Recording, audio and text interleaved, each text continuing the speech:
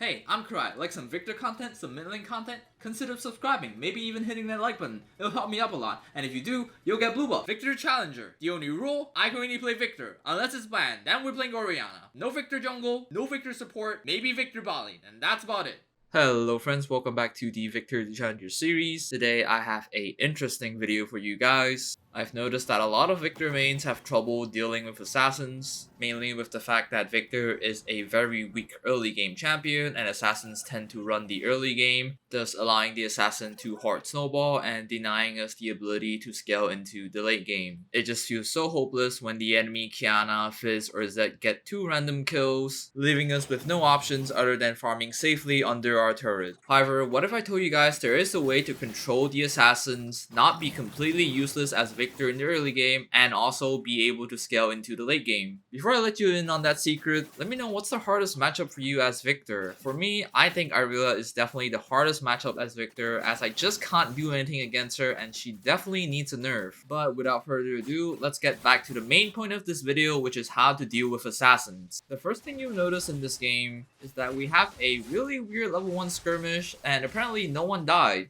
However, you might notice that shortly after returning to lane, Ekko tried to push for level 2 and immediately went in for a trade. I made a few mistakes after that, and ultimately this resulted in him killing me and letting him get first blood. And just at 3 minutes, he's already gotten first blood and the wave is almost pushed in. With what just happened at just around 3 minutes, it just seems inevitable that Ekko will begin snowballing and there's nothing I can do about it. But notice how I say almost pushed in. Pay attention to the enemy wave and you'll notice that the enemy has just a couple more minions than I do. On top of the fact that Ekko has probably base because he was low on health, I can try to hold a little freeze here, thus denying him a few minions while also having a safe spot to farm. Try to pay close attention here to how I'm getting the minions. I'm not killing the enemy minions as soon as they hit lethal threshold, but rather I'm waiting for my own minions to fire their projectiles and timing it as perfectly as I can before my own minions kill the enemy minions. It's okay if you can't time it perfectly, as you can see I'm definitely missing a few minions, but the main point here is to prevent yourself from accidentally pushing up the wave. After Ekko returns, he collects a few CS before going to put a ward down. Both of my wards are up, so I decided to put down a ward, but as I do that, Gragas appears and he does this one mistake. It wasn't that bad until Ekko decided to draw this Q.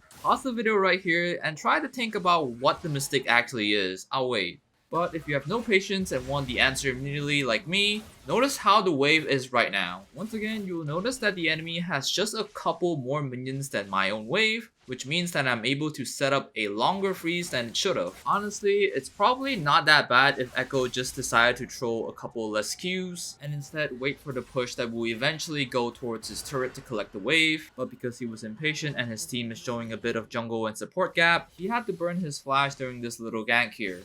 Once again, pay attention to how the wave is right now. The enemy minion still has a few more minions than my own, which means the wave will always push to my side. You might say that this is mostly due to the fact that Ekko is playing bad, but remember, this is around Diamond 1, Diamond 2, maybe even low Masters Elo. While it's not the highest of ranks, I'm willing to bet that most of your games are probably like this, if not worse than this. But once again, the main point here is not about the enemy playing bad, but rather you understanding and noticing that the enemy is playing bad and using that piece of crucial information to your own advantage. Again, pay attention to where the minion wave always is and you'll notice that I'm always trying to keep it right in front of my turret just before it hits turret so I can safely hold this freeze. Some of you might say, well, what if the Ekko just roams or just go to your jungle and invade?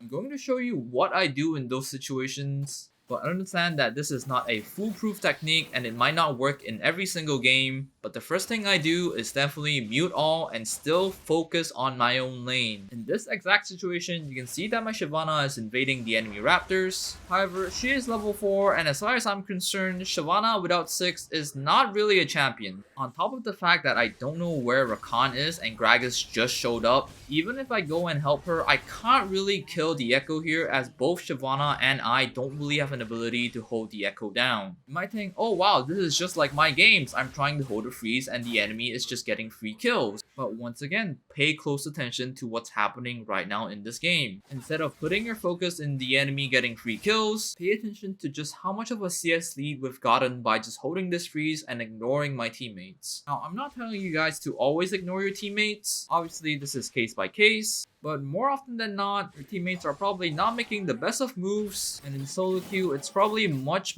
more consistent to just make selfish plays, especially if you know you can carry, which is definitely something you should be comfortable and confident about. You can already see that I'm fast forwarding with this clip here because most of what's happening in this clip is, again, I'm just trying to maintain the freeze as much as I can.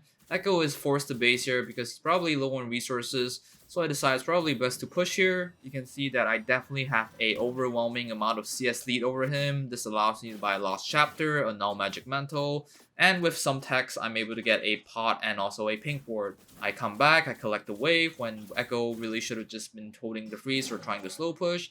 And you can see Ekko really doesn't have any control over me, and instead I have a level lead over him. Again, it might seem very dire at around 10 minutes and it's already 3-0, but remember, this game is not just about killing the enemy, it's also about understanding how the wave works, knowing where your strong points are, and as Viktor, you really just want to be able to scale into your late game. You can see here, the enemy does try to catch me out here. I do get Gragas ulted, but once again, remember always to put your gravity field on top of yourself in order to prevent melee champions to catch up to you. Ashe lands a beautiful ult here, catching out the Gragas here. And really, at this point of the game, I have total control of the game. Shyvana does text me here. I don't really care because I'm already so far ahead of the Ekko. Ekko really can't play the game. You can see in just a bit at how much gold I've accumulated just through these little simple tricks here. No kills at all, just an assist, but perfect CS. I have about a 44 CS lead above him, and I definitely have a higher goal than him. You can see that right here. This is a screenshot from about 10 minutes 3 seconds that even with a 2 kill lead, I have a higher CS lead and a 300 gold lead. However, I get it, one sample size is not enough to convince you, so this is another game against another assassin. This time, we're against an Akali, and I think this Akali is definitely much better than the Ekko we were up against earlier. I'm going to speed through a lot here, but you can see I'm already putting a ward because I'm against a Trundle jungle. Trundle jungle can gank you from half the lane away, especially if you're a Viktor with no mobility, and if you have no flash, you're definitely dead. But focusing on the lane, you can see, once again, I'm trying to maintain neutral, if not letting the Akali just slightly push into my side. The reason why I say slightly is in the case where she does push in, I'm able to hold the freeze because the wave wouldn't be big enough to stop me from tanking it right in front of my turret. By the way, what is with junglers doing tree camps from blue side and immediately trying to gank mid lane? Regardless, the Trundle tried, but she couldn't gank me because I'm just way too close to my turret, and that's also partially the reason why I don't want to slow stack a wave and push it in.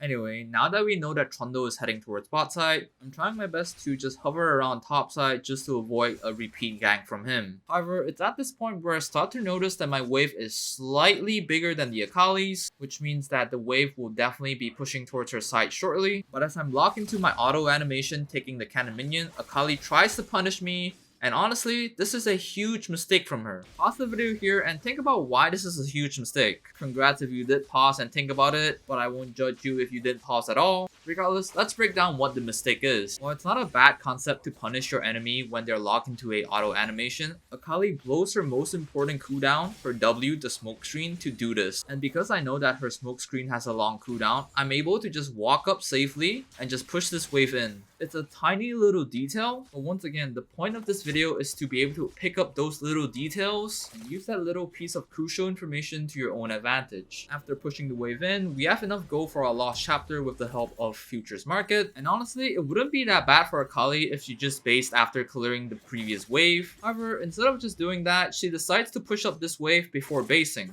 Once again, she used her crucial ability to try to push up the wave, which allows me to basically do whatever I want after that. She tries to escort the wave while also putting a ward down, but because she has no cooldowns, I can basically just gravity field the minion wave and just hold it right in front of my turret. We saw that she went into the side bush, so I tried to E in case she is basing there. Luckily for me, she is there and we are able to stop the base. And at this point, it's really hard for her to really get a good recall here. This is because that if she does recall here, I'm able to just hold the wave, denying her more minions while also being able to scale safely into the late game myself. You can see that she's really desperate, blowing all her cooldowns just to push the wave in, but because I've gotten my first base off, having lost chapter and is relatively healthy, I can easily hold this wave for as long as I want without being at a severe disadvantage. Again, it probably wouldn't be that bad for her if she just based again after I stopped her because she has TP to come back to lane, but again, the main reason why I'm able to put her in this terrible situation and have an amazing lane state for myself is all due to the fact that I was able to pick up on her little tiny mistake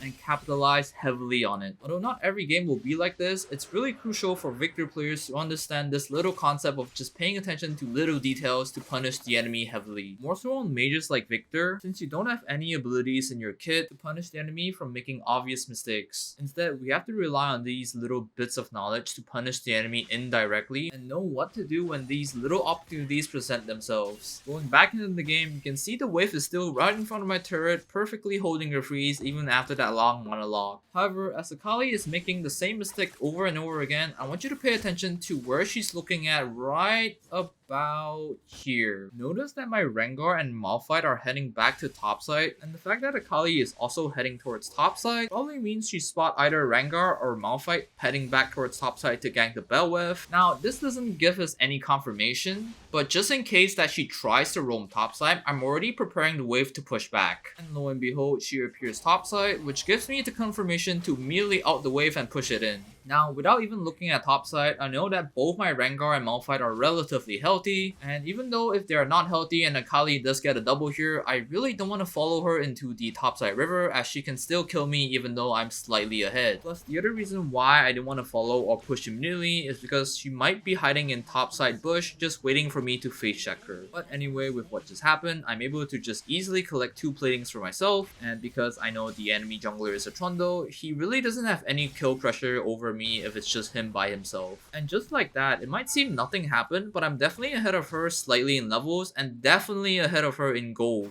I'm going to speed up the clip here because now Bel'Veth is suddenly my lane opponent, and honestly, I don't really care if Bel'Veth tries to trade against me or is pushing up the wave because I can just easily collect the wave. But again guys, the main point of the video is definitely just to help you guys understand how simple it is just by understanding little details and knowing what to do accordingly when you see these little details. You can see here I'm slightly ahead in gold even though I'm behind in CS, but the gold is clear, the point is clear. I'm definitely ahead slightly, if not even. And honestly, if you're playing Viktor, that's a good sign. If you're a Viktor and you're not behind as an early game champion, that's a good thing.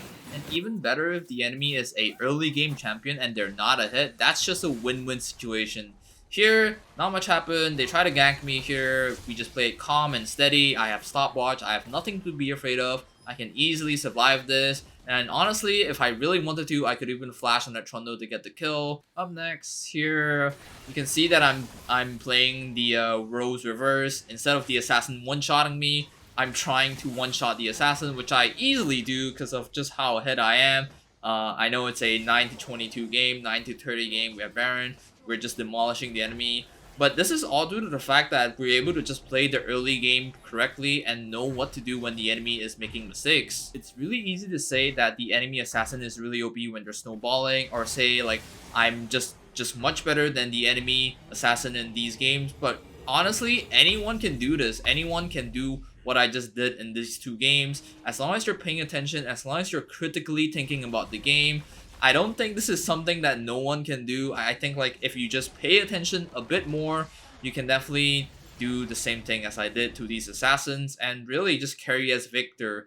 We're able to win those 2 games. I'm right around Masters promo. I think I'm like 20 LP off. Again, let me know in the comments what you think of this video, if you picked up anything. I'm definitely more than happy to be able to provide more advice in the future videos. With that said, that's my time for this video. I hope you're able to learn something, and I'll see you in the next video. Thank you.